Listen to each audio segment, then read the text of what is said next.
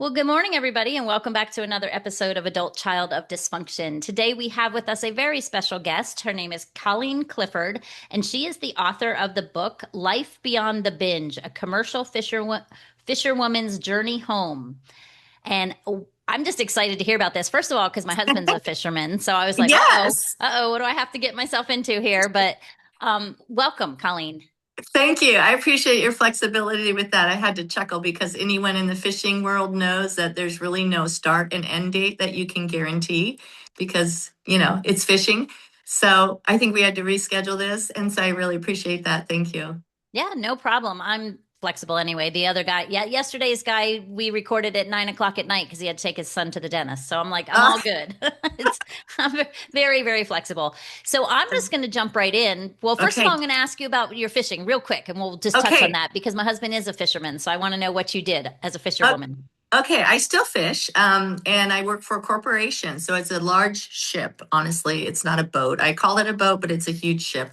It's a factory trawler. We're off the coast, Bering Sea near Oh, Alaska. So we're on the other side of the country, right? You're over on the I'm East in Coast. I'm in Florida. Okay, Yes. so yeah, you're on the other side of the country.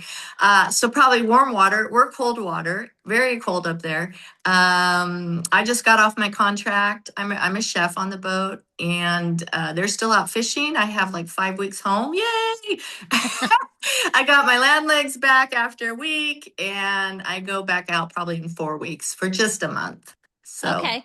So what do you fish yeah, for? we fish for pollock. It's Okay. and it's huge quantity fishing, so it's not like with a pole, it's with a net.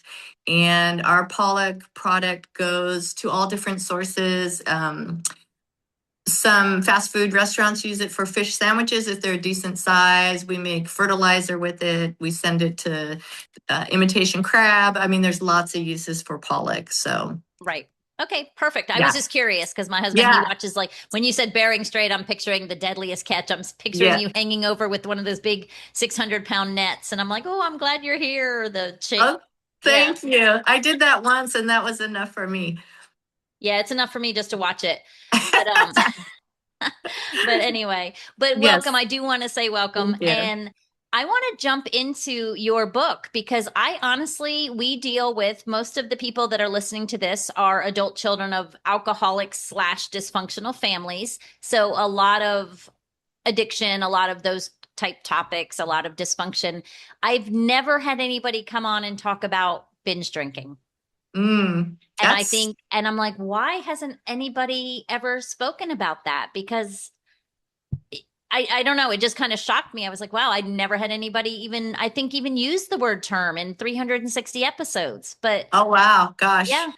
I think some people may call it gray area drinking, but for me, that's still kind of like, floaty. Binge drinking is what it is. We call it partying.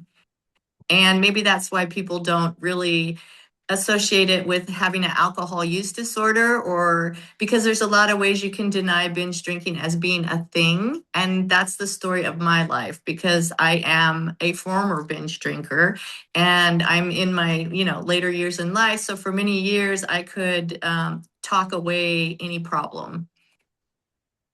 And I Right. call it the 95-5 factor in my book because meaning for 95% of my drinking experience, it wasn't a problem. I mean, you can party, you meaning anyone, myself, and not have a problem, right? 3 beers, go home, maybe have a headache the next day, but nothing happens. And I'm talking about when the three accidentally turns to 6 or 7.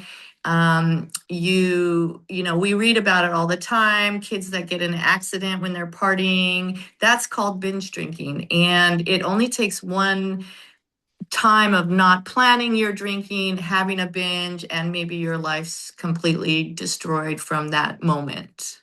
Oh, yeah. And it's those decisions when obviously you're 7 beers in, 8 beers, 8 drinks in, that you are not thinking obviously from the logical side of your mind. You're literally thinking from an almost blacked out side of your brain.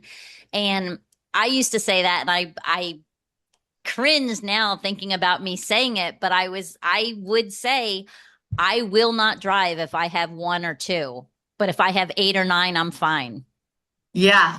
And that's the 5% I'm talking about. Mm-hmm. Because within that, like, so when you're at a party, like you just said, if you have one or two, and it's okay, you're not drunk, right? You think, but you are really over the limit, probably. But the 8 or 9, for a lot of people, that's normal at a party. It was for me. I mean, I probably could have drank 8 beers, but and that could be okay too, right? Maybe you don't drive home drunk and you wake up with a massive hangover and might think to yourself, wow, I overdid it yesterday. I'm going to slow down, right? That's what the story, a lot of people say. But I'm talking about, what if you did drive home drunk after the 8 or 9 when you swore you never would? Because when you're drinking, you still make irrational decisions and you end up killing someone or yourself, and that's the dangerous part of evaluating our drinking. Is it worth it? And for me, the last instance of having a binge, where I did drive home drunk, by the way, um, and it was something I thought that partying side of me was over years ago. I mean, I'm in my 60s, for crying out loud, right? And I still drove home drunk. So I realized the next day, and I'm ashamed of that. I'm doing my penance for Mothers Against Drunk Drivers and what have you. I was scared straight. Is I didn't hit rock bottom because I had no repercussions, but I realized for myself that in order to never do anything again that could totally disrupt my life or someone else's, I had to just eliminate alcohol, Right. because there's no guarantee in that 5% of partying that something's going to go sideways, or Right. not go sideways, I mean. Right. So if you look at the technical definition, they say binge drinking is just more than 4 in 2 hours. I think that's what they kind of classify binge drinking as. But and that's easy to do if you're at a party. That's easy to do if you're at a college dorm and you're just easy to do. Exactly. And so, what kind of differentiates in your mind the difference between, like, how did you know, okay, this could potentially be a problem if I keep doing this? And so it has to be a non negotiable for me to not hurt someone. Right. It's because over my years of drinking, I've in the back of my mind, when I did party or something happened that, maybe I wasn't proud of, I would think, do I have a problem? And then I'd push it aside because I would say, I don't drink every day. I had all these rationalizations for why it wasn't a problem. I'd contact my friends. They say, oh, you don't drink that much. You just didn't eat, all these excuses. So what finally pushed me into the moment of, this needs to stop forever, was when I went to this last party as an adult now, 5 years ago, and I was only going to have a few beers. I got there, it crept in, which it can, right? You only plan for two, but you end up having six. And I irrationally thought I was okay to drive because, I'm from the generation where we didn't have Ubers. And I hate to say this, but many people have driven home drunk many occasions in my age group. They might not say it out loud, but it happens. And it still happens today, by the way. There's like one every 42 seconds, someone dies by a drunk driver. So it's still a problem. But with all that being said, I woke up and went, Colleen, like, even driving home, I realized, oh my God, how drunk I was. I wasn't that drunk when I left. It hit because it was a long drive. So after about an hour, I started seeing double, and I'm like, oh my God, I'm drunk. Like, I didn't even think I was drunk when I left. And Right. that's the stupidity of drunkenness. You don't realize how drunk you are when you're in the moment, right?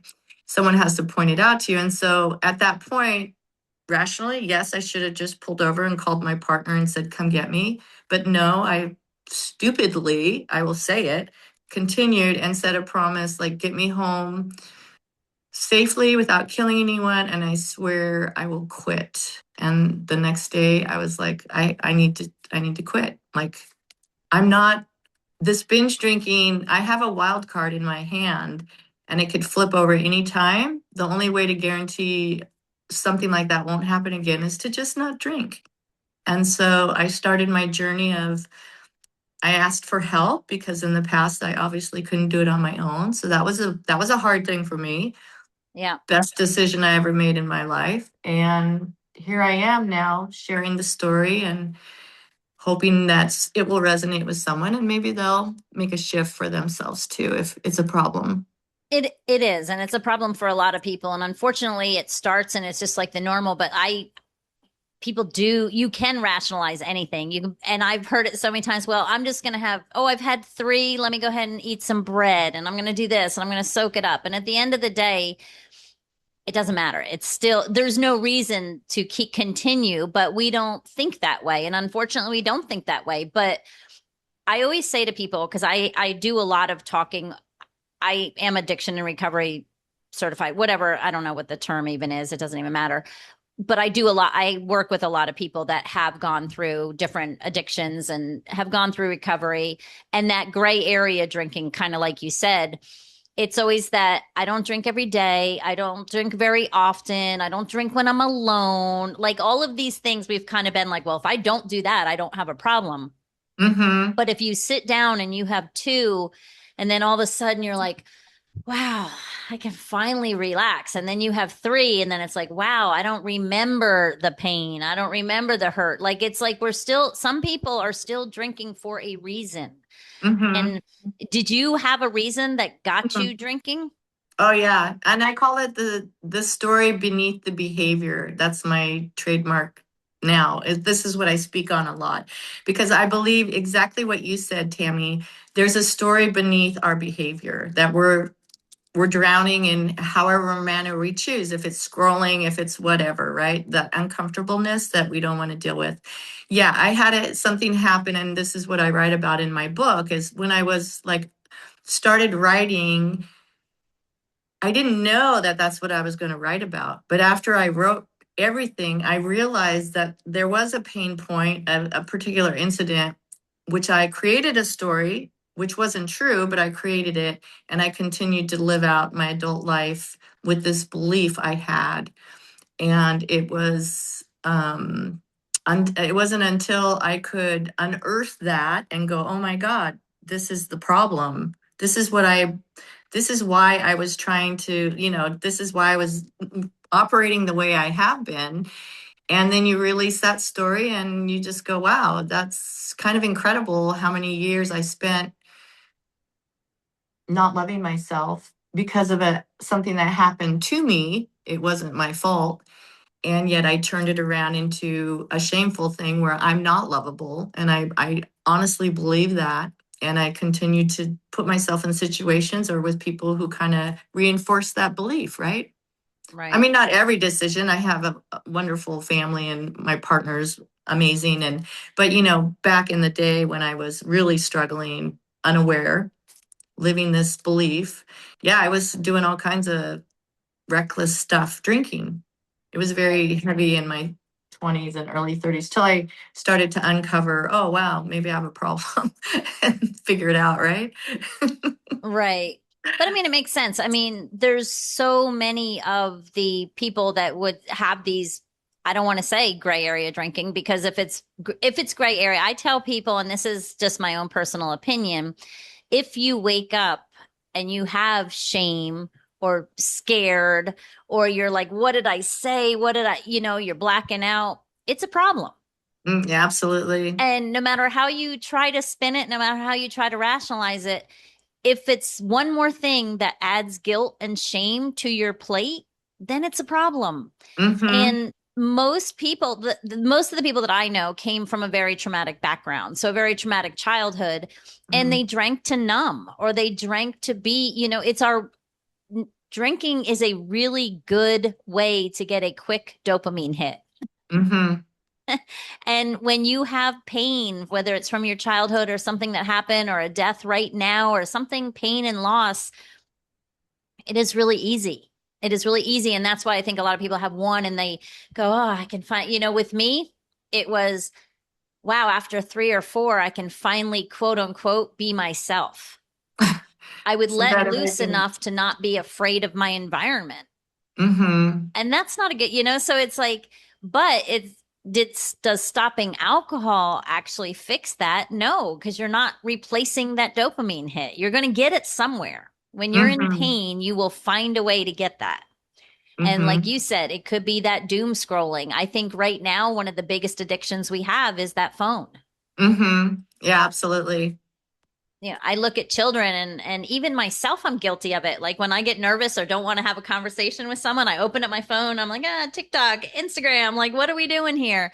And it's like because it gives me that just quick sense. My brain gets that quick reward of, okay, I had a relief from the stress for just a second. Tammy, I was at a concert the other day, and I noticed two people sitting down. It was a great show. Most of the crowd was up dancing, and this isn't to judge them. It was just an observation of what you're saying.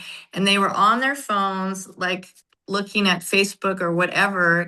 And I thought, wow, I felt actually sorry for them. Like you can't put your phone down and enjoy the experience. That we're so addicted to looking at whatever it is we look at for Yeah. that dopamine hit. And I just was like, wow, this is a problem. Yeah, for sure. I mean, I've said to parents because they're like, yeah, I can't get my daughter off my phone and off her phone. And I'm like, when you're getting ready to have a conversation she knows she doesn't want to have, is it really intense? And she's like, yeah. I'm like, she's dissociating. That is a Yeah. break from reality, no matter how you look at it. Like she is stepping away, going, I can't deal. Mm-hmm. And I think that, that drinking, I know for me, it was my dopamine hit, and I could be myself. I could lighten up. I wasn't scared. I mean, I grew up with so much like walking on eggshells, and I had horrible relationships because I didn't know how to have a relationship because I didn't know what it looked like. And I had social anxiety and everything else. But get 3 or 4 beers in me, and I was the life of the party. I was fun. I was me, or so I thought. Yeah. The interesting thing is, which I'm sure, is that after the second drink, the dopamine hit starts changing because the other chemicals, the serotonin, which makes you depressed. So, I mean, it's, two drinks is the best place to be if you're Right, going to drink. And right. then it starts going downhill from there. Exactly, But you exactly. think And you're then going uphill, but you're really going downhill. exactly. And honestly, like you said, and when you truly, and I've talked to a lot of people that agree with this in their experiences, is all of a sudden it's like two, and then they start coming faster. And then Yes. it's because it's like, oh yeah, now Yeah. this feels really good until it Exactly. doesn't. Exactly. I know. Yeah. Yeah, So what are some of the things? Okay, so you quit cold turkey. I You did. just said bam, none, no more. Well, yeah, it wasn't a linear quit, there, I am human. So I did have some, it was a process. But that was also learning experience that, even if I went 30 days and maybe had 2 beers, in those 30 days, the rest of the month I did great, which was better than I did before. So it was just like learning how to give myself some grace and learn from it. But yeah, basically I did quit cold turkey. I mean, I knew it the next day after I woke up. I had all those thoughts you explained of the shame, the guilt, time to change. This is a problem. And I knew that I had to figure it out. Well, I mean, congratulations, because most people Thank don't, you. you know, and or they go to something else because Yeah. they're not actually. So I'm assuming, and I don't know, I could be wrong. Did you go back and figure out, okay, why, because when I go to do something like I'm going to pick up my phone because I'm nervous, I'll pick it up and go, Tammy, why?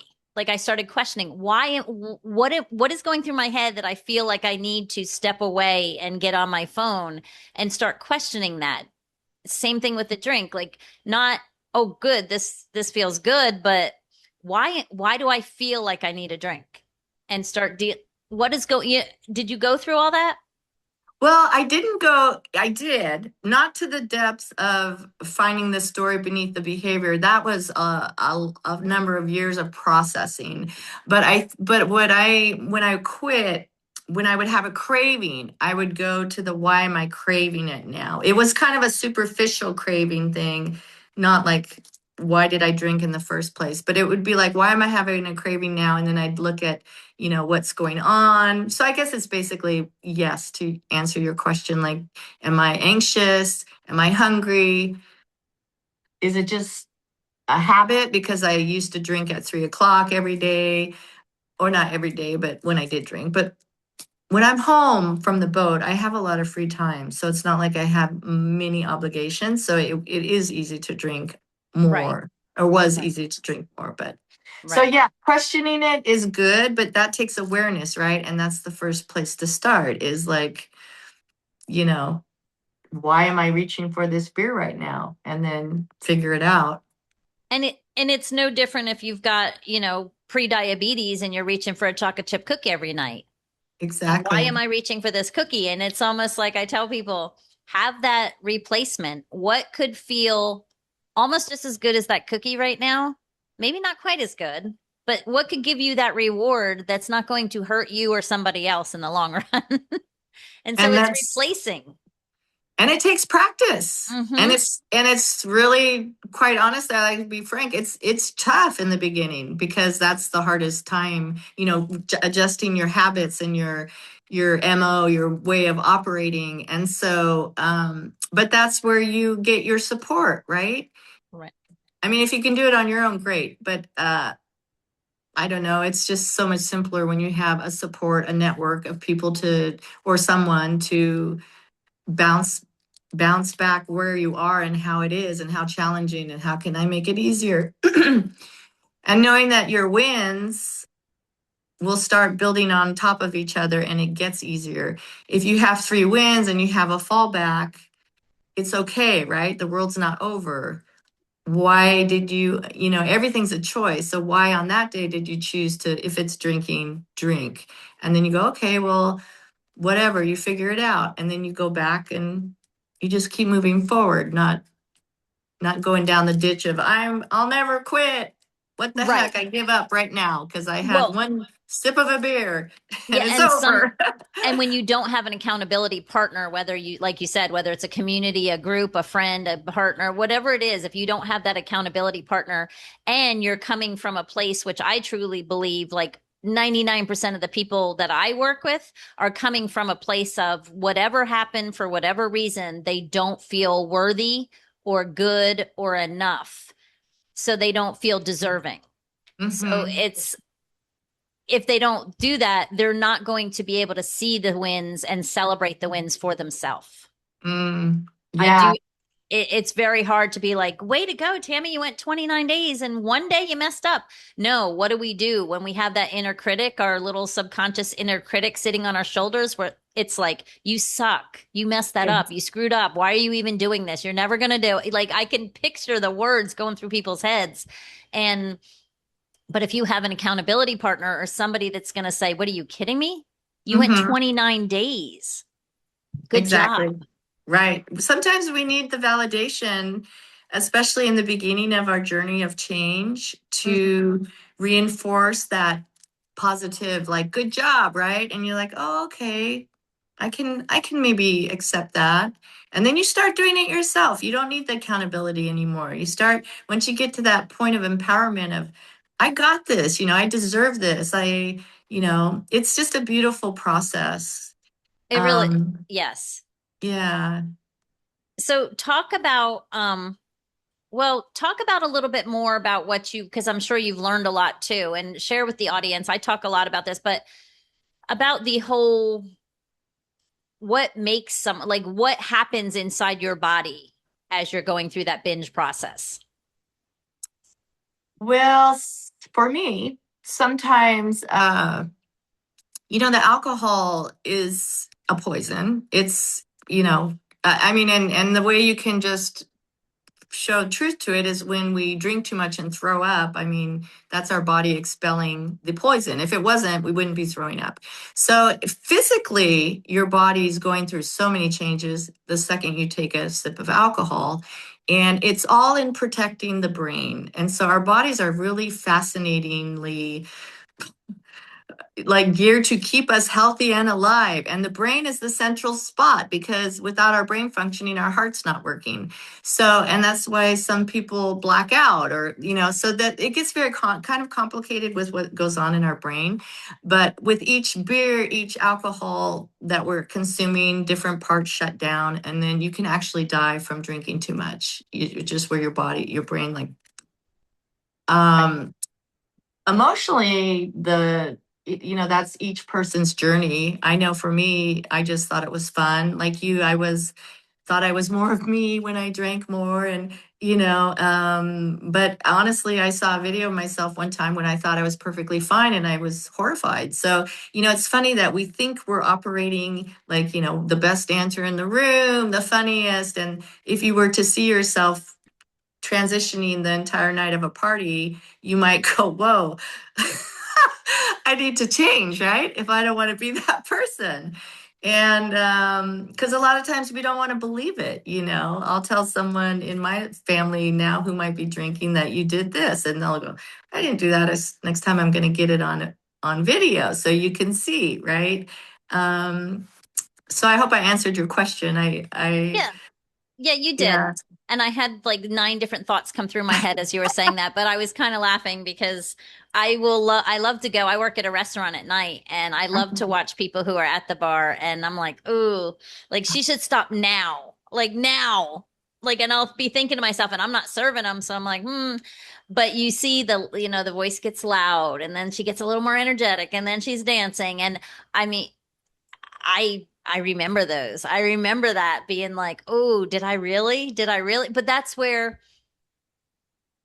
you're in college and all of a sudden it's like, "Oh, well, that's fun and that was funny." But it's not funny because like you said, anything horrible can happen when you're making those bad choices. And how many people get their stomachs pumped every single night from college dorms, and you can die. And people, Mhm. and yeah, I mean, definitely you can die, but it's hard to explain like to a college kid like you don't understand like what's actually happening. I remember, oh, that's what I was thinking of. I remember I was with some friends one night and they were drinking tequila margaritas Mm. and I was driving them home. I had a brand new car, burgundy paint. I was some spiffy looking. No. Yeah, and the old burgundy paint, right? She threw up out of my car window and I didn't think anything of it. I dropped her off. I made sure she was okay, everything else. The next day I go out and it was eaten down to the silver Oh, wow. That's from insane. from the stomach acid and the tequila and everything else. And I was like, I remember calling her up and I'm like, come look at this. And she came Wow. over and she's like, that did that? I'm like, yeah, can you imagine what it did to your intestinal lining? Yeah. Like, can you Yeah. imagine what it did to your stomach? Yeah, the fact that our brains and bodies can recover from a night of dumping a bunch of booze down it is just incredible to me. I'm amazed. That's another reason that keeps me off the booze is my brain and my mental state, especially as I age. I need all of it, my memory, everything. I need Yeah, help, and alcohol is not helpful for that. So, no, but wow, no. what a story. What a story. Yeah. But did that stop you from drinking? No. No, not at that point in my life. I would just happen to Exactly. be the designated driver that night. So I wasn't drinking, she was, but Well, no, it good for didn't. you. It did. And now like I do. I think back and I'm like, thank God. Like I look at my children and I'm glad they have Uber and they glad they have things and they always had me to call.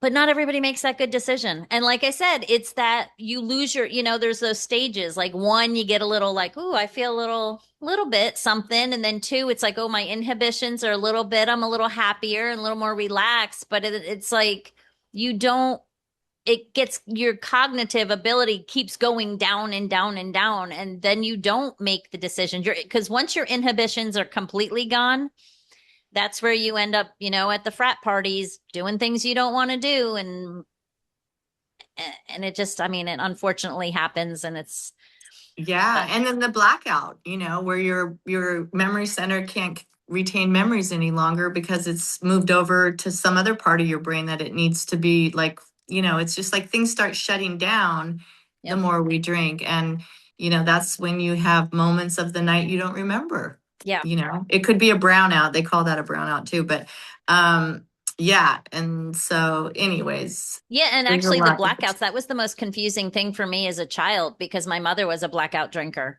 and she would say things and the next day I'd be like, why did you say that? And she's like, I didn't say that. And I can remember Mhm. as a kid being like, okay, we don't have many rules in this house, but one of them is we don't lie. Oh, wow. And so I would say to my father, I was little, I was probably 7, 8. And I remember saying to him, mommy told me last night she hated me. Like, why would she say that? And now she's denying it. And my father would just say, oh, she was drinking. She doesn't understand. Like she doesn't Mm, remember. And I was, that was so confusing to me. And because I'm thinking, like, I didn't understand alcohol at that point. It hmm was just she was drinking. Well, I drink all the time and I still don't tell my mom I hate her. You know what I mean? Like, and that went in my book. I remember that as B. I think it was blackout because hmm I couldn't wrap my head around the Excuse me. concept as a young child that you could say something and physically not remember it and Yeah, or do something, right? or do something. Yeah. Yeah. Yeah, and that could be why some people do heinous things and they deny doing it. They don't remember. Yeah. And yeah, and then once you get shown or you're like, "Oh God, that Exactly. was really stupid." But usually, unfortunately, sometimes it ends up in the, in the slammer or whatever they call it, in jail or whatever it is. But Mm-hmm. so talk about what the biggest, like if you had to, so this came from, your drinking came from obviously trying to numb whatever it happened that gave you that feeling of unworthiness, unloving, and as a child. What suggestions can you give to people if they think they're teetering on that gray area drinking? Yeah. A suggestion I like to offer, which I do in my book, is just how is it working for you? It's a simple question. Write your list.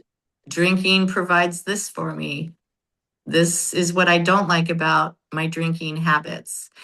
And it's a matter of looking at your what you're doing with your drinking, how it's making you feel, and if you really want to change, then take a first action step of what do I need to do to start changing. And for every person that's probably going to be different, but one of them probably will be getting some kind of help or join a group, or it's really hard to change on your own, the drinking. I mean, and honestly, I want to add that because I did that for years, and I know everyone's not me, but I know I kind of hid in the fact that I had a problem. I didn't want anyone to really know how. And actually, when I came out and said I'm a binge drinker, people were shocked because they didn't see it as a problem. And I tried to explain to them, well, it wasn't really a problem until it's a problem. And I didn't Yeah. share when it was a problem because I'm not going to wake up and tell everyone I drove home drunk. So nobody's going to know except me unless I share that. And once I started sharing it, it released some of my shame too, because I found, oh, other people did it. Other people had things they were shameful about. And so when you get in a group of people who are on the same journey that you are, it's nice to realize you're not alone. You're not the only one with this like monkey on your back. And there's ways to support each other to get to where you want to be, wherever that is in your life. Right, right. And just, a lot of the people that I work with too, with that underlying feeling of I'm not worthy and I'm not good enough and I'm not lovable. And it's just whatever the issue is, whatever the feeling is that's making you feel, I try to tell people you were put on this earth to do something amazing, to be something amazing, whether you know it or not. I truly believe God put every single person on this earth with a mission, with a plan, with a purpose. And sometimes I feel like people that get to that point, like, oh, who cares? Like, I'll be like, you could have died. And they're like, who cares? Mm-hmm.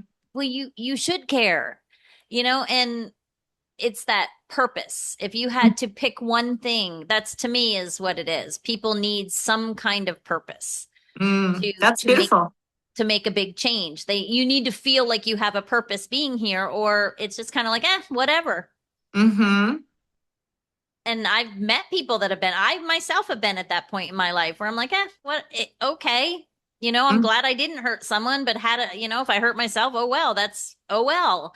And I encourage people to, look at no, just or try to soak it in as much as you can when I say that everybody has a purpose and everybody was born amazing and beautiful, and you will find way more pleasure in the long run by finding those things that light you up that are not harmful. Exactly. And Yeah, that's beautiful, beautifully said. You're absolutely right. I mean, I guess I don't even know where I was going with that, but I just feel like there are so many people that just they drink and they drink and they drink and they drink and you can't make somebody want to stop drinking. Oh no, that's for sure. I can relate to what you said because when I came home the night that I did drive drunk, I was more concerned about killing anyone else. I don't even said killing myself. So I think the purpose is very, very important. And then having your why. Why do you want to quit? Because like you said, nobody's going to quit unless they want to. Right. So there has to be a strong enough reason. You know, I know people who quit because their daughter said, you can't see my grandkids if you're drinking. And I know you're drinking. So if they want to see the grandkids, they have to quit. I mean, there's reasons to push you to start quitting. And then hopefully at the end of the day, you quit for yourself, not Right. because you get an ultimatum, but um, I yeah. remember So, I remember a comment my son said to me, and he's 30 now, but he was about 6, and we were at a party at my in-laws' house, and we were doing something, we were playing pool, and we had had quite a few. And my son came up to me, he was probably 6 or 7 maybe, and he hugged me and he said, Mommy, I don't like this version of you. oh, wow. And I was like, ugh, like it was like a knife in my heart. Oh my goodness. And I love that I honesty. I did not, I don't think they saw me drink until they were teenagers and could really rational, you know what I mean? Then I was like, oh, then now they can kind of know what's going on. And, but I was always very honest with them about, I mean, they never met their grandmother because she died of cirrhosis at 42. Mm. You know what I mean? It was like, I was very Mhm. honest about that. But that one statement, I was like, I will never let them see me like that. Never. And Wow. yeah. And it's, and it's, they know my history. I mean, I'm on this podcast, I do this, I do all that. They knew my history and everything. But yeah, it's you, everything. It's kind of like those 2x4s, I call them, that you get in life. It's not a slap in the face. It's a freaking 2x4 that goes the Love ding, that. you I know? love that. Oh my gosh. Yeah. That I, one sentence was a yeah. 2 by 4. That's beautiful, Tammy. I Yeah. love I always that. say, that's one of my favorite expressions. You don't have to hit me with a brick twice, but some people you have to hit them with a brick over and over again until that brick has some meaning, Yes. Yeah. you know? But It's not you. crazy. You got it once. Yeah. But I do. I need just remember looking him up at me with those little innocent eyes. And I remember thinking, Um, wow, I never even got to say that to my parents. Like, so oh, I'm going to take that to heart and I'm going to act on that for sure. yeah. You Right. You know? have a chance to change. Mm-hmm. Absolutely. Wow. That's beautiful. Yeah. So are you writing more books or what do you? Well, not at the moment. Right now, I'm in the mode of promoting, and the book's a platform to speak and make, just hopefully find other opportunities to share the message. I do want to speak at colleges, and so I think I've got a lot of work I can do around this book. And honestly, it was a lot of work to write the book, so I'm kind of like, oh, done for a few. Yeah. Well, you wrote your book too, right? So, Yeah, well, it was funny. I actually had been thinking about writing a book for a really long time, and my son kept saying to me, "Just write your book, just write your book." And I'm like, "I know when I have time." And I was working at a restaurant at night, and everything else was happening. And then I went on a trip with my son and drank too much mm, and fell off a scooter and tore 5 ligaments in my knees. And as wow. we were heading to the emergency room or coming back from the emergency room, I don't remember which it was, he said to me, okay, so we've been telling you to slow down and write your book. Now God just said, freaking write your book. Because now you have 3.5 months. So in those 3.5 months, I wrote and published 2 books. Wow. Yeah, are you drinking now, or was that the period that you quit? I mean, are you a drinker? I'm not. I mean, Okay.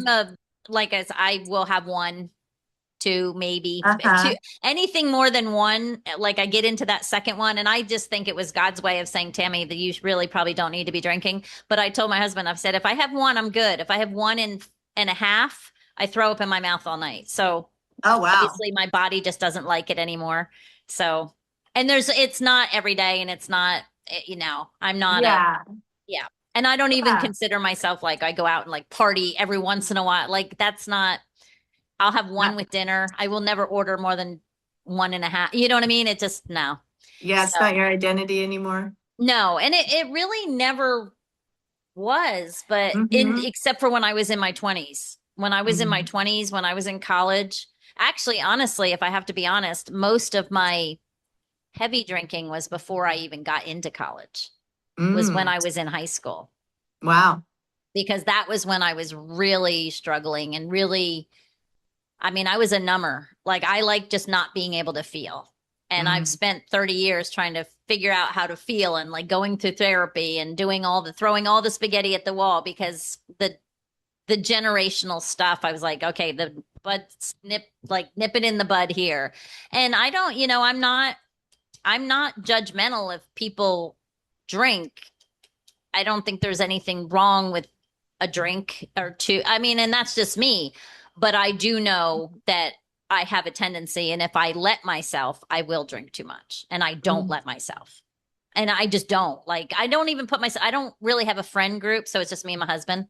And Mm-hmm. he's not a big drinker. He has one or two. That's it. Mm-hmm. So that's like, but um, yeah, so that was several years ago, and that was, yeah, that was dumb. But it was, I got my book written.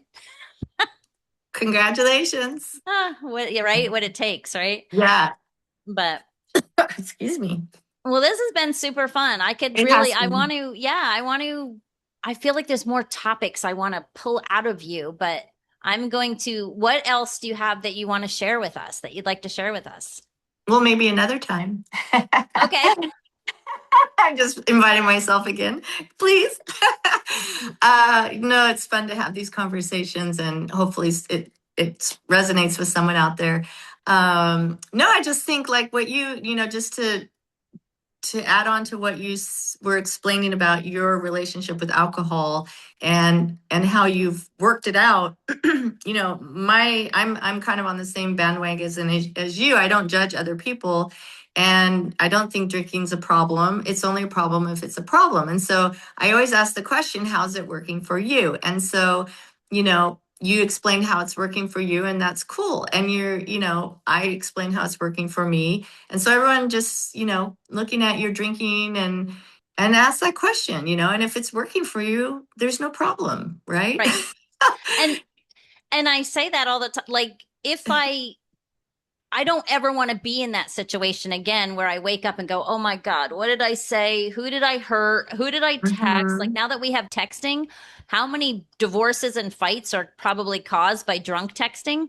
Hmm. I mean, Yeah. so I don't ever want to put myself in that situation again. I'm over guilt and shame. I spent many, many years letting go of the guilt of and shame for things that were not even my fault. And Hmm. like, I'm like, why do I want to bring more of that on me? I don't ever. But you're right. You have to ask, how's it working for you? Because if you are feeling those feelings, then it's worth at least exploring or talking to someone. And in the groups, like you talked about, everybody understands. There's nothing I'm going to say to you that happened while I was drinking at a party in college is probably going to shock you. Hmm. Right? It's Right. just not. People come to me and they're like, "Oh my gosh, I just told you this story and you didn't even flinch." And I'm like, it just things happen. Like Yes. I don't judge. When I look at the things that happened with my mother when I was a child, I don't even judge her for those. Like I understand how sick, and I mean she was so mentally ill, bless her heart, but she was drinking to drown. And I get that. I drank to drown for a long time. And when you drink to drown, you have to drink a lot because when Hmm. you just have two, it doesn't drown the pain. It ups the happy, but it doesn't drown the pain. Hmm. So, Right. like when I was at the heart of my drinking, I had to get over that threshold. I needed to get to where I felt nothing. And that's Hmm. a scary place to be because by that point, you are very unhealthy.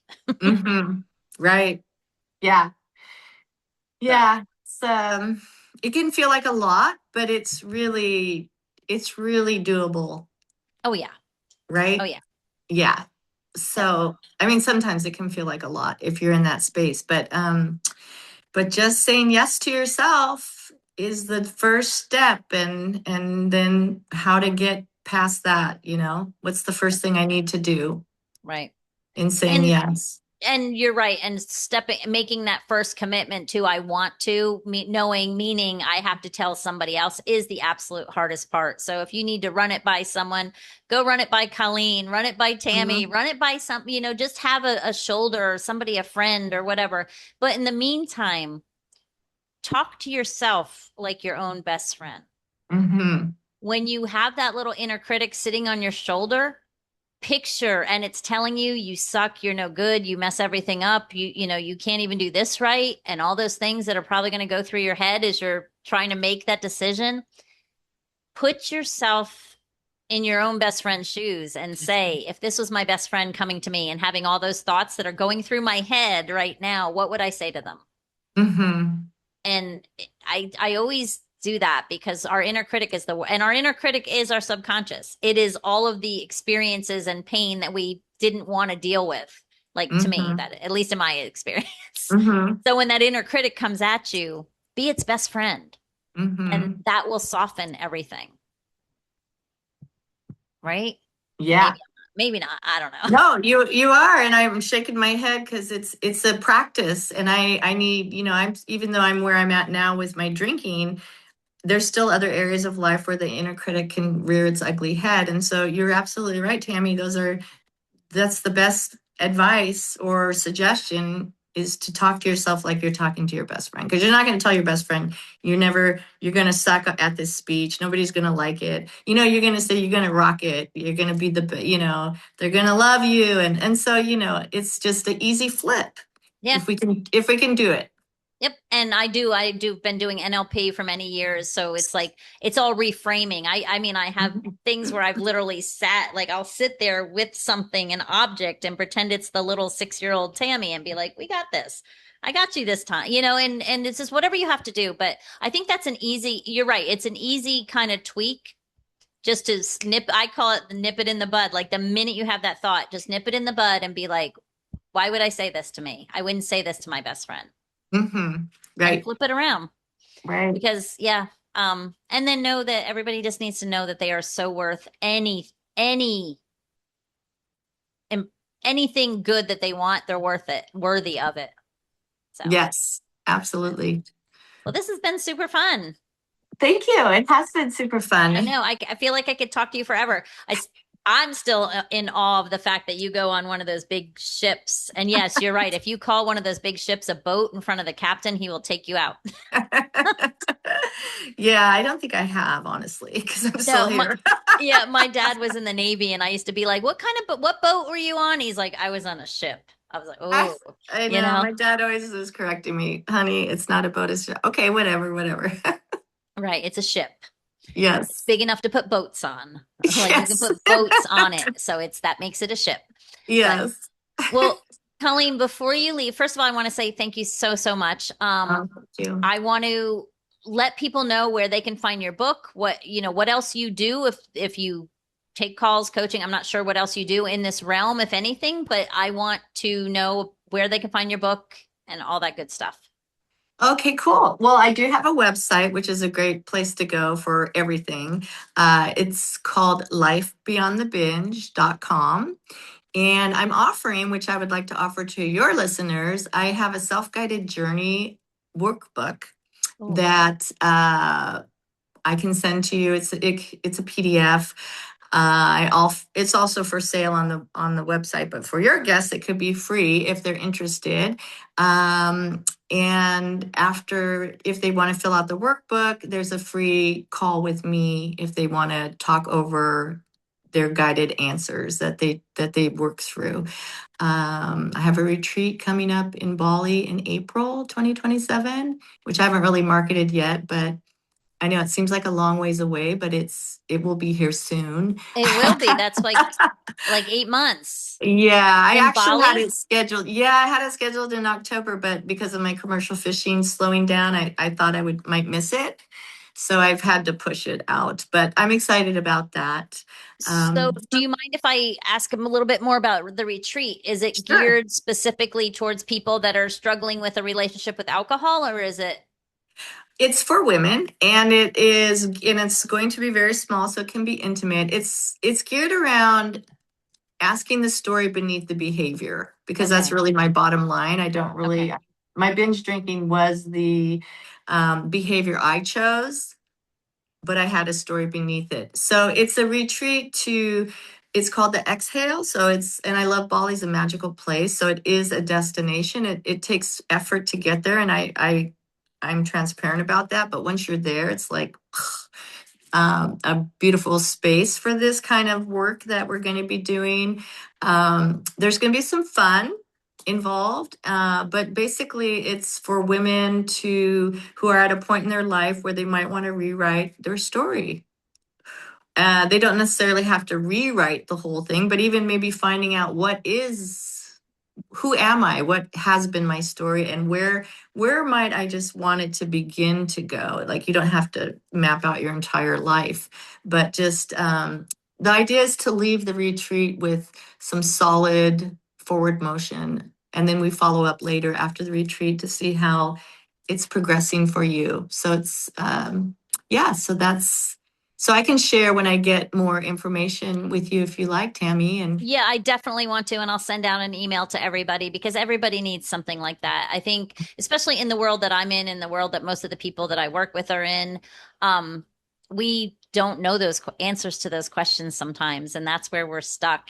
We spend this whole time, we spend our lives in this reactive world based on the past, and we kind of forget who we are, that authentic, like who I am underneath all of the ick. And yes. I mean, I'm actually interested in your retreat. Oh, I love that. And here's something else about it is once I started, I don't know about your listeners, but once I started investing in me, like treating myself that I'm worthy to spend money on me, it's like another thing in your bucket of self-love and self-fulfilling. So, I mean, you don't have to do my retreat, but I'm just saying treat yourself to massage, treat yourself to some self-care that, we're all worth it. We deserve to be loved on. Yes. And every time that you don't abandon yourself, that's why I'm so big into boundaries with people. Every time you say yes to yourself, or every time you say no to something else, you're saying yes to yourself. And that is how you grow your confidence. And that is how you get back who you are. Like I'm a big proponent on if it doesn't light you up, don't do it. I don't care what it Mhm. is. Don't do it. Absolutely. Well, we're going to have to talk about this off on the side Yeah, because, who knows? Maybe absolutely. you'll want to co-host it with me or something. There you go. That sounds amazing. Sounds good. And then before you go, Oh, so I will yes. put your links in the show notes and everything. So guys, if you're driving, if you're not, don't want to write down, just don't worry. I'll get you to the links for that. Take advantage of the free book, free So, workbook. yeah, this free And then the workbook. and then the call with Colleen, because there is nothing more valuable if you're out there listening to deal with somebody that has gone through what you're struggling with. You can go to any textbook therapist, any textbook counselor, any textbook coach who has read all the books and done all the things. But when you go to someone like Colleen that has struggled with binge drinking and you're teetering on that gray area drinking, she's been there. She knows what you're feeling. She can literally have so much empathy and help you so much. Transformation is just so much faster when you go with someone that has lived experience. I truly believe that. So reach out for her free offer, whatever it is, get hold of her. I've only known her for 1 hour and 3 minutes and I already love her. So um, reach out. So, but for those of you that are listening, or for you, Colleen, I'm sorry. What if you had to give the listeners one last message, words of wisdom or pieces of advice, what would it be for the listeners? I guess it would be in this moment, change is scary, and that's normal. Fear is really normal in change. But if you have that inkling that something's not right or something's not sitting in your behavior that you feeling you need to change, um, just go for it. Like, it's okay. We all, those of us who have gone through it have survived, and we're here. And it's like Tammy, you mentioned, it's just realizing that we are whole human beings that have a purpose in life. And when you start that process of change, you might not believe it, but there is something. And once you discover it, your life just becomes magical. So I love that. I hope that's helpful to somebody. Oh, I'm sure it will That be. was Thank my you. experience No, anyways. and I 100% agree. And I think I had my end my podcast by saying, you're enough right here, right now. You are way more than enough. I think that's how I end it. But you have to Hmm. believe that. And Right. and change and moving forward. I mean, I truly believe you're either evolving or dissolving. So Love make a that. step. Make a step. That's awesome. You have some great one-liners, Tammy. Evolving or dissolving. That is That so that's true. those are what you're doing. So you might as well be moving towards peace and joy and love and happiness. So Mm. you all have an amazingly blessed day and we will see you back soon.